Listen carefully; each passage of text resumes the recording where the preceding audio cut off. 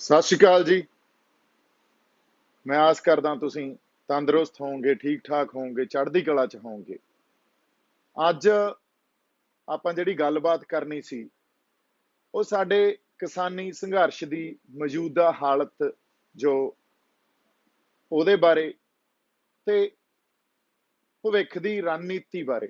ਇਹ ਦੋ ਤਿੰਨ ਜਿਹੜੇ ਵਿਸ਼ੇ ਆ ਬੜੇ ਇੰਪੋਰਟੈਂਟ ਆ, ਬੜੇ ਖਾਸ ਆ, ਕਿਉਂਕਿ ਸਿਚੁਏਸ਼ਨ ਜਿਹੜੀ ਆ ਉਹ ਬੜੀ ਇਸ ਵੇਲੇ ਸਾਡੇ ਲਈ ਇਤਿਹਾਸਿਕ ਆ, ਆਪਾਂ ਇਹ ਕਹਿ ਸਕਦੇ ਹਾਂ। ਤੇ ਇਤਿਹਾਸਿਕ ਸਿਚੁਏਸ਼ਨ ਨੂੰ ਸਮਝ ਕੇ ਅਸੀਂ ਫਿਊਚਰ ਚ ਆਪਦੀ ਜੋ ਰਣਨੀਤੀ ਘੜਦੇ ਆ, ਇੱਕ ਫਿਊਚਰਿਸਟਿਕ ਅਪਰੋਚ ਜਿਹਨੂੰ ਕਹਿੰਦੇ ਆ, ਉਹ ਰੱਖ ਕੇ ਗੱਲਾਂ ਨੂੰ ਸਮਝਣਾ ਸਾਡੇ ਲਈ ਬੜਾ ਜ਼ਰੂਰੀ ਹੋ ਜਾਂਦਾ।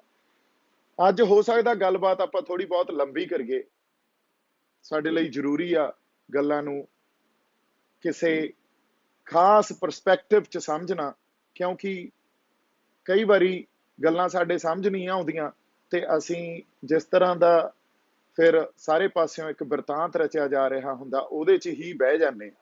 ਸੋ ਇਸ ਕਰਕੇ ਮੇਰਾ ਵੀ ਇੱਕ ਫਰਜ਼ ਇਹ ਬਣਦਾ ਸੀ ਵੀ ਮੈਂ ਜਿਹੜਾ ਇੱਕ ਪਰਸਪੈਕਟਿਵ ਸੰਗਤ ਸਾਹਮਣੇ ਲੈ ਕੇ ਆਵਾਂ ਤੇ ਇਹ ਸੰਗਤ 'ਚ ਫੈਸਲਾ ਸੰਗਤ ਆਪ ਕਰੇ ਵੀ ਜੋ ਚੱਲ ਰਿਹਾ ਉਹ ਕਿਉਂ ਚੱਲ ਰਿਹਾ ਤੇ ਕਿਵੇਂ ਚੱਲਿਆ, ਤੇ ਆਉਣ ਵਾਲੇ ਸਮੇਂ 'ਚ ਸਾਡੀ ਜਿਹੜੀ ਰਣਨੀਤੀ ਆ ਉਹ ਕੀ ਹੋਣੀ ਚਾਹੀਦੀ ਆ।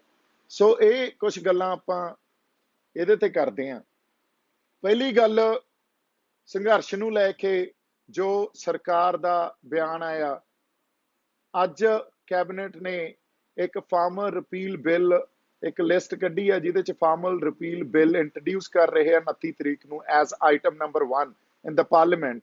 ਸੋ ਇਹਦਾ ਮਤਲਬ ਕੈਬਨਿਟ ਨੇ ਅਪਰੂਵ ਕਰਤਾ, ਮੋਰਲੈਸ ਇੱਕ ਐਲਾਨ ਹੋਣਾ ਹੁਣ 29 ਤਰੀਕ ਨੂੰ, ਤੇ ਜਿਹੜੇ ਕਾਨੂੰਨ ਆ ਇਹ ਜਿਹੜੇ ਫਾਰਮਰ ਲਾਅ ਬਣੇ ਸੀ ਉਹਨਾਂ ਨੂੰ ਉਹਦੇ ਰਿਪੀਲ ਕਰ ਦੇਣਗੇ। ਤਾਂ ਇਹਦੀ ਸਾਰੀ ਕੌਮ ਨੂੰ, ਸਿੱਖ ਪੰਥ ਨੂੰ, ਗੁਰੂ ਖਾਲਸਾ ਪੰਥ ਨੂੰ, ਕਿਸਾਨ ਜਥੇਬੰਦੀਆਂ ਨੂੰ, ਸਾਡੇ ਸੰਘਰਸ਼ੀ ਬੰਦਿਆਂ ਨੂੰ, ਕਿਸਾਨਾਂ ਨੂੰ, ਸਾਰਿਆਂ ਨੂੰ ਇੱਕ ਸਾਂਝੀ ਜਿਹੜੀ ਇੱਕ ਵਧਾਈ। ਉਹ ਬਹੁਤ ਜ਼ਰੂਰੀ ਆ ਵੀ ਅਸੀਂ ਇਸ ਗੱਲ ਨੂੰ ਸਮਝੀਏ ਵੀ ਕਿਸ ਤਰ੍ਹਾਂ ਅਸੀਂ ਇਹ ਸੰਘਰਸ਼ ਲੜਿਆ। ਦੇਖੋ, ਇਹ ਸਾਰਿਆਂ ਦਾ ਸਾਂਝਾ ਸੰਘਰਸ਼ ਸੀ। ਇਹ ਆਪਾਂ ਪਹਿਲੇ ਦਿਨ ਤੋਂ ਗੱਲ ਕਹਿੰਦੇ ਆ ਰਹੇ ਹਾਂ, ਸੰਘਰਸ਼ ਸਾਂਝਾ ਸੀ, ਪਰ ਸੰਘਰਸ਼ 'ਚ ਜਿਹੜਾ ਮੋਹਰੀ ਦਸਤਾ ਸੀ, ਹਰਾਵਲ ਦਸਤਾ, ਜਾਂ ਜਿਹਨੂੰ ਕਹਿ ਲਈਏ ਡਰਾਈਵਿੰਗ ਫੋਰਸ, ਉਹ ਸਿੱਖ ਰਹੇ ਆ। ਇਹ ਗੱਲ ਪ੍ਰਤੱਖ ਹੋ ਗਈ ਵੀ ਮੋਹਰੀ ਦਸਤਾ ਜਾਂ ਡਰਾਈਵਿੰਗ ਫੋਰਸ, ਸਿੱਖ ਸਪਿਰਿਟ ਨਾਲ ਇਹ ਸੰਘਰਸ਼ ਲੜਿਆ ਗਿਆ। ਇਹ ਤੇ ਤੋਂ ਆਪਾਂ ਦੇਖ ਲਈਏ ਵੀ ਜਿੱਦਾਂ ਅਸੀਂ 26 ਨਵੰਬਰ ਨੂੰ 1 ਸਾਲ ਹੋਣ ਵਾਲਾ ਹੋ ਗਿਆ, 2-4 ਦਿਨਾਂ 'ਚ 1 ਸਾਲ ਹੋ ਜਾਣਾ, ਤੁਰੇ ਆ, ਤੇ ਪਹਿਲਾ ਟਰੈਕਟਰ ਜਿਹੜਾ ਲੀਡ ਕਰ ਰਿਹਾ ਦਿੱਲੀ ਵੱਲ ਨੂੰ, ਉਹਦੇ ਤੇ ਸੰਤਾਂ ਦੀ ਫੋਟੋ ਲੱਗੀ ਆ ਤੇ ਜਕਾਰੇ ਲੱਗਦੇ ਜਾ ਰਹੇ ਆ, ਹਨਾ। ਤੇ ਜਿਹੜੇ ਗਾਣੇ ਸੁਣ ਲਓ ਹੁਣ, ਜਿਹੜੇ ਸਾਡੇ ਗਾਣੇ ਸੀ ਵੀ ਸੰਤਾਂ ਦੀ ਤਸਵੀਰ ਡਰਾਉਂਦੀ ਆ ਜਿਹੜੀ ਦੁਸ਼ਮਣ ਨੂੰ, ਇਹੋ ਜਿਹੇ ਗਾਣੇ ਲੱਗ ਰਹੇ ਆ ਤੇ ਬੈਰੀਕੇਡ ਟੁੱਟਦੇ ਜਾ ਰਹੇ ਆ, ਜਿਵੇਂ ਐਨ ਤੀਲਿਆਂ ਵਾਂਗੂ ਉੱਡਦੇ ਜਾ ਰਹੇ ਆ, ਜਿਹੜੀ ਬੈਰੀਕੇਡ ਤੇ ਸਰਕਾਰ ਨੇ ਲੱਖਾਂ ਪੈਸੇ ਲਾਏ ਸੀ।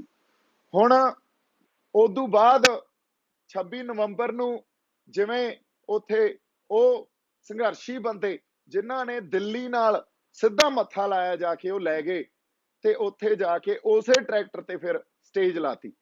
ਹੁਣ ਉਦੋਂ ਬਾਅਦ ਦੀ ਗੱਲ ਦੇਖੀਏ, ਜਿਵੇਂ ਲੰਗਰ ਵਰਤੇ, ਜਿਵੇਂ ਅਰਦਾਸਾਂ ਹੋਈਆਂ, ਜਿਵੇਂ ਉੱਥੋਂ ਨਿਤਨੇਮ ਹੋਏ, ਜਿਵੇਂ ਰਾਤ ਨੂੰ ਪਹਿਰੇ ਲੱਗਦੇ ਸੀ, ਅਸੀਂ ਆਪ ਜਾਂਦੇ ਹੁੰਦੇ ਸੀ ਪਹਿਰਿਆਂ ਤੇ ਐਨ ਜਮਾ ਪਿੱਛੋਂ ਜਿੱਥੇ ਆਪਣਾ ਮੋਰਚਾ ਸੀ, ਮੈਨੂੰ ਲੱਗਦਾ ਉੱਥੋਂ ਸਟੇਜ 2.5-3 ਕਿਲੋਮੀਟਰ ਦੂਰ ਸੀ, ਤੇ ਸਾਡੇ ਮੁੰਡੇ ਨਾਮ ਜਪਦੇ, ਸਤਨਾਮ ਵਾਹਿਗੁਰੂ ਦਾ ਨਾਮ ਜਪਦੇ, ਉੱਥੋਂ ਤੱਕ ਧੁਰ ਹੀ ਪਹਿਰਾ ਦੇ ਕੇ ਵਾਪਸ ਆਉਂਦੇ। ਤੇ ਜਿਹੜਾ ਸ਼ਬਦ ਚੱਲਦੇ ਉਹਦੇ ਚ ਵੀ ਸਿਰਫ 10ਵੇਂ ਪਾਤਸ਼ਾਹ ਦਾ ਜ਼ਿਕਰ, ਉਹਦੇ ਚ ਗੁਰੂ ਖਾਲਸਾ ਪੰਥ ਦਾ ਜ਼ਿਕਰ। ਸੋ ਜਿਹੜੀ ਸਪਿਰਿਟ ਲੜ ਰਹੀ ਸੀ ਨਾ, ਇਹ ਇੱਕ ਸਿੱਖ ਸਪਿਰਿਟ ਇਸ ਮੋਰਚੇ ਨੂੰ ਲੜ ਰਹੀ ਸੀ। ਇਹਦੇ ਗੱਲ ਆਪਾਂ ਵਾਰ-ਵਾਰ ਕੀਤੀ ਆ, ਇਹ ਗੱਲ ਸਾਡੇ ਲਈ ਸਮਝਣੀ ਬੜੀ ਜ਼ਰੂਰੀ ਆ, ਤੇ ਆਪਾਂ ਲੌਜਿਕ ਚ ਸਮਝਾਂਗੇ। ਜਦੋਂ ਮੋਦੀ ਸਰਕਾਰ ਨੇ 1 ਸਾਲ ਅੜੇ ਰਹੇ, ਹੋ 1 ਸਾਲ ਸਾਨੂੰ ਗਲਤ ਕਹਿੰਦੇ ਰਹੇ, ਬੜਾ ਵੱਡਾ ਪ੍ਰਚਾਰ ਕੀਤਾ, ਨੈਸ਼ਨਲ ਮੀਡੀਆ ਨੇ ਸਾਡੇ ਅਗੇਂਸਟ ਪ੍ਰਚਾਰ ਕੀਤਾ, ਬੜੇ ਤਰ੍ਹਾਂ ਦੇ ਸਾਡੇ ਤੇ ਉਹਨਾਂ ਨੇ ਲੇਬਲ ਲਾਏ, ਪਰ 1 ਸਾਲ बाद आके गुरपुरब वाले दिन, ये दिन 15 अगस्त भी हो सकता सी, ये दिन दिवाली का दिन भी हो सकता सी। जे आपां कह लईए भी राष्ट्रवाद एक जज्बे की गल करते तो फिर 15 अगस्त नूं कर दिंदे, है ना।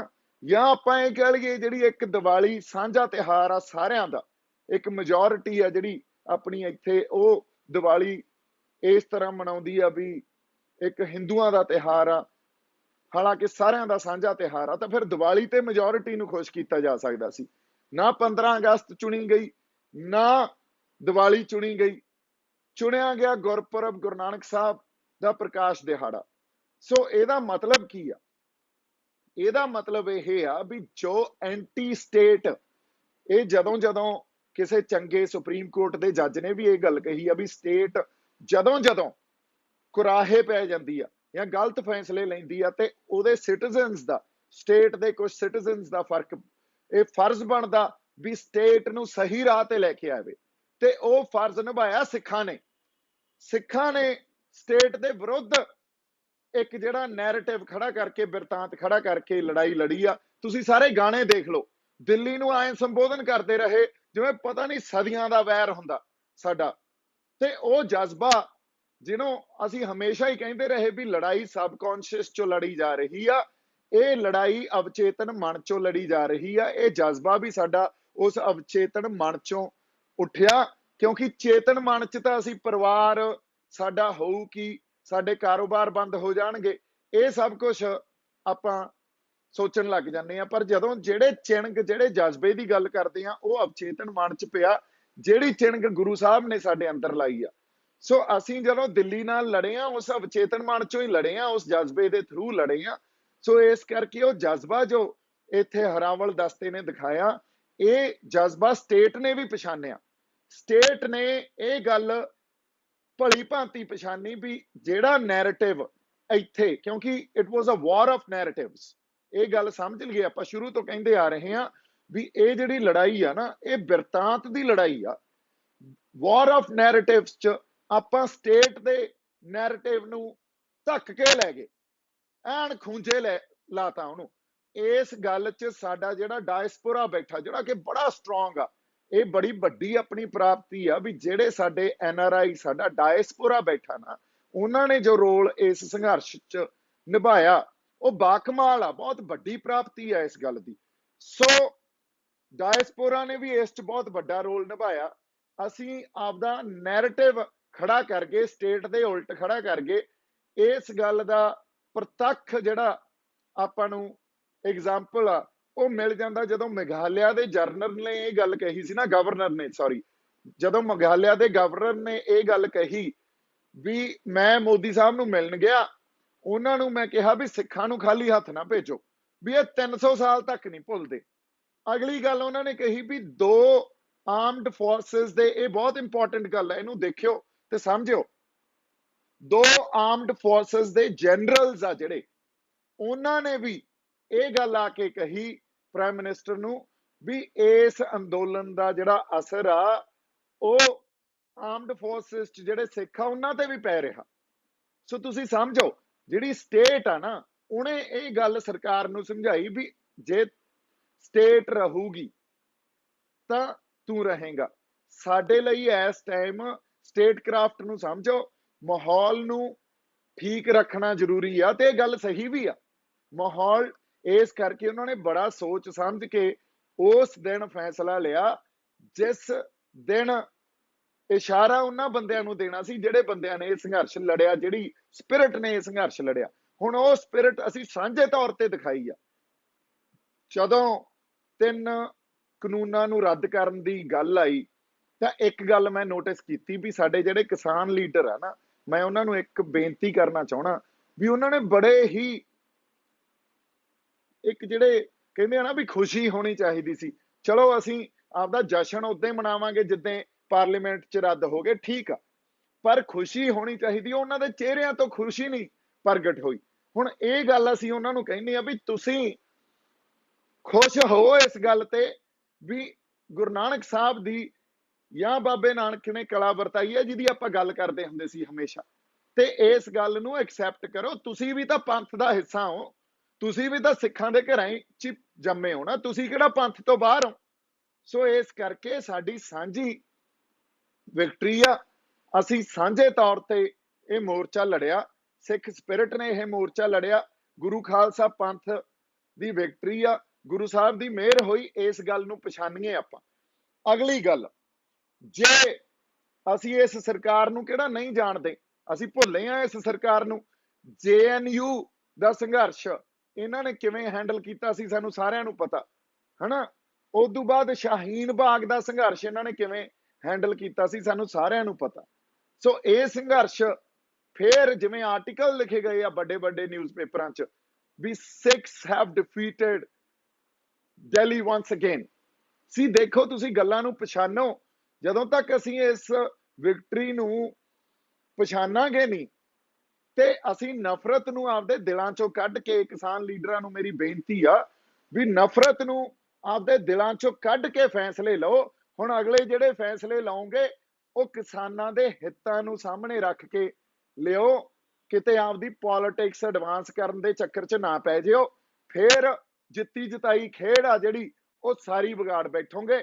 ਸੋ ਇਹ ਤਾਂ ਮੇਰੀ ਬੇਨਤੀ ਆ, ਕਿਉਂਕਿ ਮੇਰੇ ਤੇ ਬੜੇ ਤੁਸੀਂ ਇਲਜ਼ਾਮ ਲਾਉਣੇ ਹੋ। ਜਦੋਂ ਵੀ ਮੈਂ ਕੋਈ ਸਵਾਲ ਕਰਦਾ ਤਾਂ ਜਿਹੜਾ ਵੀ ਮੋਰਚੇ ਨੂੰ ਸਵਾਲ ਕਰਦਾ ਸੀ ਉਹ ਮੋਰਚੇ ਨੂੰ ਦੋ ਫਾੜ ਕਰਨ ਵਾਲੀ ਗੱਲ ਕਰਦਾ ਸੀ। ਇਹ ਇੱਕ ਪਰਸੈਪਸ਼ਨ ਬਣਾਤੀ ਸੀ। ਹੁਣ ਤਾਂ ਅਸੀਂ ਜਿੱਤੇ ਬੈਠੇ ਆ, ਹੁਣ ਤਾਂ ਮੈਂ ਤੁਹਾਨੂੰ ਗੱਲਾਂ ਕਰ ਸਕਦਾ, ਤੁਹਾਡੇ ਨਾਲ ਰੂਬਰੂ ਹੋ ਸਕਦਾ। ਨਾ ਹੀ ਕ੍ਰੈਡਿਟ ਵਾਰ 'ਚ ਪਿਓ, ਨਾ ਹੀ ਕੋਈ ਆਪਦੀ ਪੋਲੀਟੀਕਲ ਮਾਈਲੇਜ ਲੈਣ ਵਾਸਤੇ ਪੋਲੀਟੀਕਲ ਆਪਦੀ ਜਿਹੜੀ ਜਾਂ ਕਹਿ ਲਈਏ ਰਾਜਸੀ ਜ਼ਮੀਨ ਤਲਾਸ਼ਿਓ। ਸੰਗਤ ਨੇ ਆਪੇ ਨਵਾਜ਼ ਦੇਣੀ ਆ, ਕਿਸੇ ਮਾਈਲੇਜ ਜਾਂ ਕ੍ਰੈਡਿਟ ਵਾਰ ਦੀ ਜ਼ਰੂਰਤ ਨਹੀਂ। ਕਿਸੇ ਤਰ੍ਹਾਂ ਦੀ ਸਾਨੂੰ ਪੋਲੀਟੀਕਲ ਜਿਹੜੀ ਇੱਕ ਆਪਦੀ ਕਹਿ ਲਈਏ ਆਪਾਂ ਵੀ ਅਸੀਂ ਆਪਦੀ ਹਨਾ ਇੱਕ, ਹਾਂਜੀ ਵਿੱਚ ਦੀ ਫੋਨ ਆ ਗਿਆ ਸੀ। ਸੋ ਕਿਸੇ ਪੋਲੀਟੀਕਲ ਜ਼ਮੀਨ ਤਲਾਸ਼ਣ ਦੀ ਜ਼ਰੂਰਤ ਨਹੀਂ। ਜਿਹੜਾ ਵੀ ਕੋਈ ਡੈਸਪਰੇਸ਼ਨ ਦਿਖਾਊਗਾ ਉਹਨੂੰ ਸੰਗਤ ਨੇ ਪਾਸੇ ਕਰ ਦੇਣਾ। ਕੋਈ ਸਾਨੂੰ ਨਾ ਤਾਂ ਕ੍ਰੈਡਿਟ ਲੈਣ ਦੀ ਜ਼ਰੂਰਤ ਆ, ਸਾਡਾ ਸਾਂਝਾ ਮੋਰਚਾ, ਸਾਡੀ ਸਾਂਝੀ ਵਿਕਟਰੀ ਆ। ਅਗਲੀ ਗੱਲ, ਜੋ ਇੱਥੇ ਮੀਡੀਆ ਦਾ ਰੋਲ ਰਿਹਾ, ਨੈਸ਼ਨਲ ਮੀਡੀਆ ਦਾ, ਰਾਈਟ ਵਿੰਗ ਜਾਂ ਪੇਡ ਮੀਡੀਆ ਦਾ ਰੋਲ ਤਾਂ ਬਹੁਤ ਹੀ ਮਾੜਾ ਰਿਹਾ।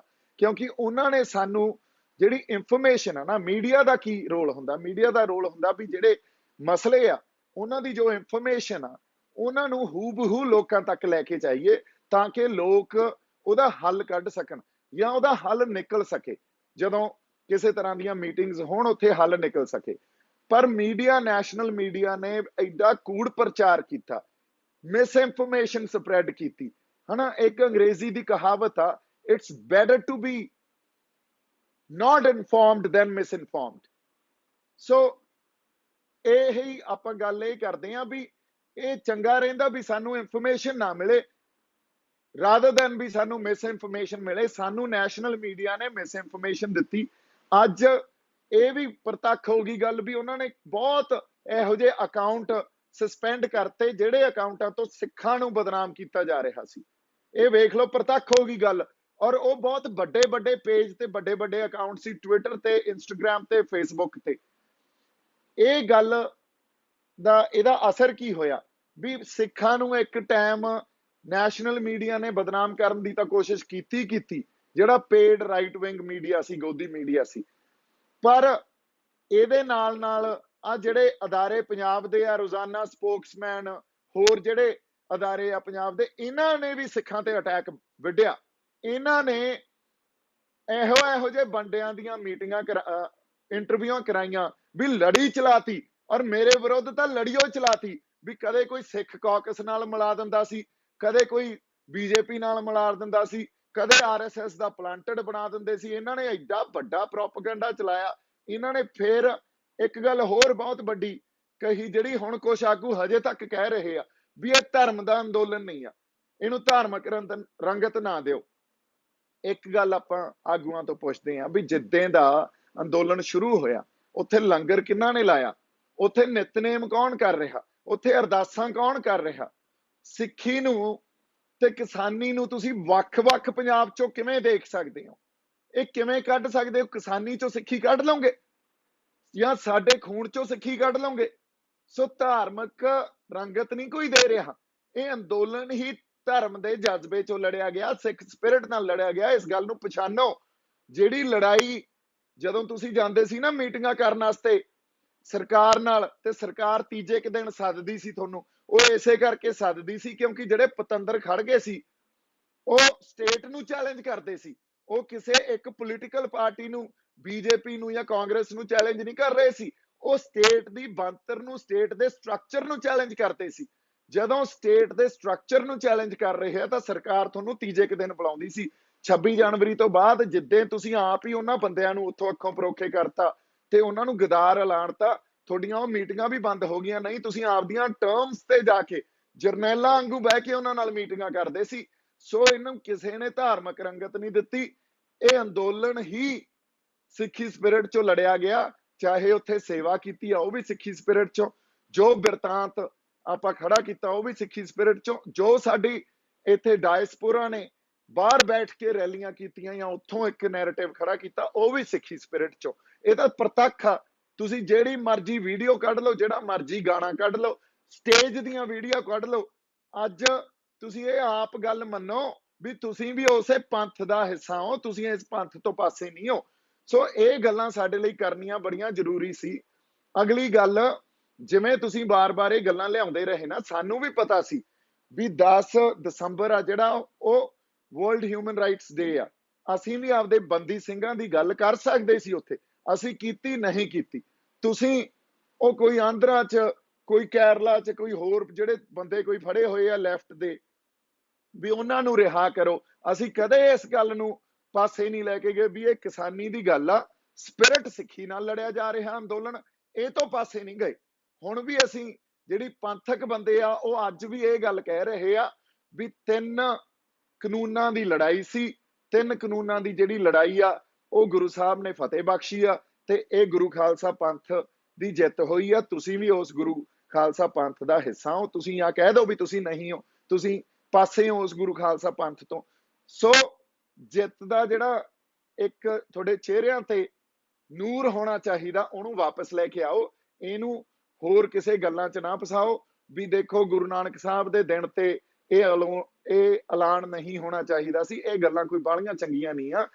ਆਪਦੇ ਅੰਦਰੋਂ ਜਿਹੜੀ ਇੱਕ ਤੁਹਾਡੇ ਵਿੱਚ ਸਿੱਖਾਂ ਪ੍ਰਤੀ ਨਫ਼ਰਤ ਆ ਨਾ, ਉਹਨੂੰ ਪਾਸੇ ਰੱਖ ਕੇ ਫੈਸਲੇ ਲਓ। ਤੁਸੀਂ ਸਹੀ ਫੈਸਲੇ ਲਵੋਗੇ। ਜੇ ਉਹ ਨਫ਼ਰਤ ਆਪਦੀ ਦਿਲਾਂ 'ਚ ਰੱਖ ਕੇ ਫੈਸਲੇ ਲਓਗੇ ਤਾਂ ਤੁਹਾਡੇ ਫੈਸਲੇ ਵੀ ਸਹੀ ਨਹੀਂ ਹੋਣੇ। ਹੁਣ ਇੱਕ ਹੋਰ ਗੱਲ ਜਿਹੜੀ ਆਪਾਂ ਮੀਡੀਆ ਦੀ ਕਰ ਰਹੇ ਸੀ, ਰਾਈਟ ਵਿੰਗ ਮੀਡੀਆ ਨੇ ਤਾਂ ਸਾਨੂੰ ਭੰਡਿਆ ਹੀ ਭੰਡਿਆ ਸੀ। ਉਹ ਫੇਕ ਅਕਾਊਂਟਸ ਨੇ ਜਿਹੜਾ ਸਾਨੂੰ ਬਦਨਾਮ ਕੀਤਾ, ਹਨਾ। ਆ ਜਿਹੜਾ ਸਾਡਾ ਪੰਜਾਬੀ ਮੀਡੀਆ ਰੋਜ਼ਾਨਾ ਸਪੋਕਸਮੈਨ ਵਰਗੇ ਚੈਨਲ ਆ, ਇਹਨਾਂ ਨੇ ਵੀ ਸਾਨੂੰ ਬੜਾ ਆਈਸੋਲੇਟ ਕੀਤਾ ਤੇ ਸਾਨੂੰ ਬਦਨਾਮ ਕਰਨ ਦੀ ਕੋਸ਼ਿਸ਼ ਕੀਤੀ।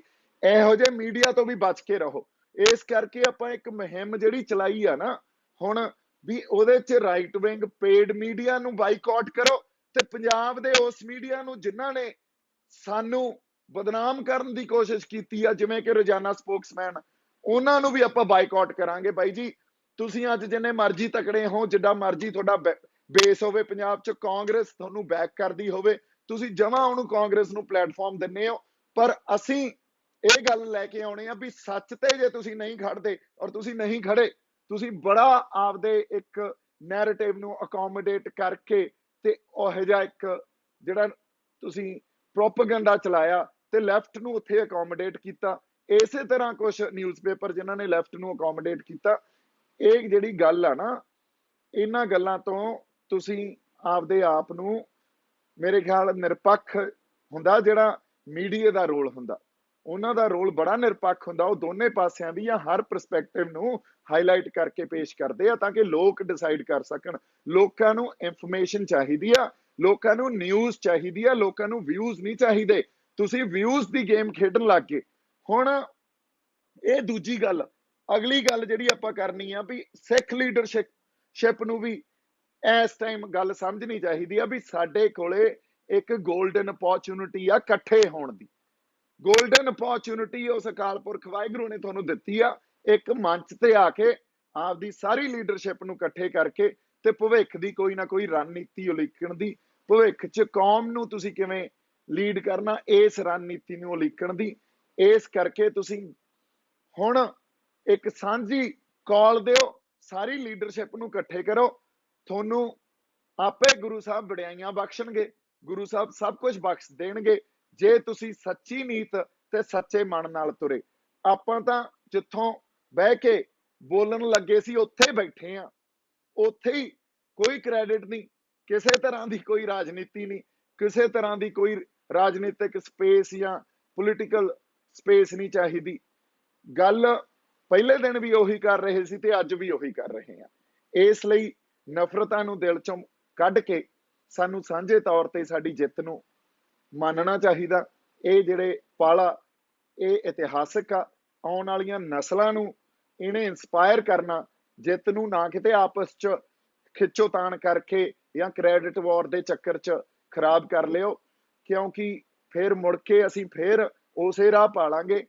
इस जित नूं साਂਭ के रखना भी किसे किसे नूं आउंदा हुंदा, इहनूं सांभण दी जांच आउणी चाहीदी आ, सानू परख आउणी चाहीदी आ समय दी, ते सानू फ्यूचरिस्टिक जिहड़ी एक विजनरी अप्रोच आ उस गल नाल गांह दा सोचना चाहिदा। चाहे साडी कोई पोलिटिकल लीडरशिप आ, चाहे पंथक लीडरशिप आ, and it was a war of narratives, है ना।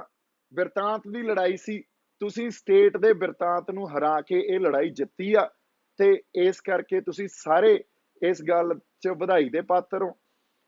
जिहड़ी मैं गल एक होर संगत नाल करनी सी, वो ये आ भी आपां सारे अंदोलन च, हालांकि 26 तरीक तो बाद मेरी उत्थे विच किते एक रात नूं जांदा लंघदा टपदा मैं उत्थे चला जांदा सी, सारे अंदोलन च एक बड़ा नैरेटिव खड़ा किया गया मेरे खिलाफ भी ये शरारती अंसर आ, ये प्लांटड आ। मैं उत्थे उदों बाद इस करके आपदी दूरी भी बनाई रखी, पिंडां च जाके लोकां नूं ये कही गया भी तुसीं अंदोलन नाल जुड़ो, आपदी दूरी बनाई रखी, क्योंकि मैं नहीं चाहुंदा सी भी किसी भी मौके ते फिर मेरे हल नूं सूई आ जाए, क्योंकि बनया बनाया बिरतांत खड़ा, बनया बनाया बिरतांत खड़ा भी आ वेखो इहने करता, है ना। इस करके मैं आपदे आप नूं उत्थों पासे रखिया। साडी सारी टीम, चाहे साडे बाबा तलवाड़ा जी होण या गुरमीत बाई अरगे, गुरमीत बाई मोगे तो, कुलवंत बाई भाणे अरगे, मनजीत अपना सरपंच, डॉक्टर उद्दो के जिहड़ा पहले दिन तो जिद्दे स्टेज ट्राली ते लाई आ उत्थे उहदे नाल सी, जिन्हां ने बराड़ी जाण तो सारिआं नूं रोकिया। इन्हां सारिआं नूं जित च शामिल करो बाई, बड़ा एक दिल रख के एम्ब्रेस करो हुण, है ना, समाओ आपदे च सारिआं नूं, एक आपदे बंदिआं नूं हुण पछाणो, ते असीं इन्हां सारिआं नूं जित च शामिल करके सारिआं नूं सन्मान दईए। सारे ਵਧਾਈ ਦੇ ਪਾਤਰ ਆ। ਇੰਨੀਆਂ ਕੁ ਗੱਲਾਂ ਆਪਾਂ ਕਰਨੀਆਂ ਸੀ। ਮੇਰੇ ਵੱਲੋਂ ਬਹੁਤ ਸਾਰਾ ਪਿਆਰ ਤੇ ਸਤਿਕਾਰ। ਜਿਉਂਦੇ ਵਸਦੇ ਰਹੋ। ਪੰਜਾਬ ਨੇ ਮੋਹਰੀ ਰੂਪ ਆਪਦਾ ਜਿਹੜਾ ਹਰਾਵਲ ਦਸਤਾ, ਜਿਹੜਾ ਸਿੱਖੀ ਸਪਿਰਿਟ ਨੇ ਅਦਾ ਕੀਤਾ ਤੇ ਗੁਰੂ ਸਾਹਿਬ ਦੀ ਕਲਾ ਜਿਹੜੀ ਉਹ ਵਰਤੀ ਆ, ਇਸ ਗੱਲ ਨੂੰ ਆਪਾਂ ਪਛਾਣੀਏ। ਬਹੁਤ ਸਾਰਾ ਪਿਆਰ ਤੇ ਸਤਿਕਾਰ। ਵਾਹਿਗੁਰੂ ਜੀ ਕਾ ਖਾਲਸਾ, ਵਾਹਿਗੁਰੂ ਜੀ ਕੀ ਫਤਿਹ।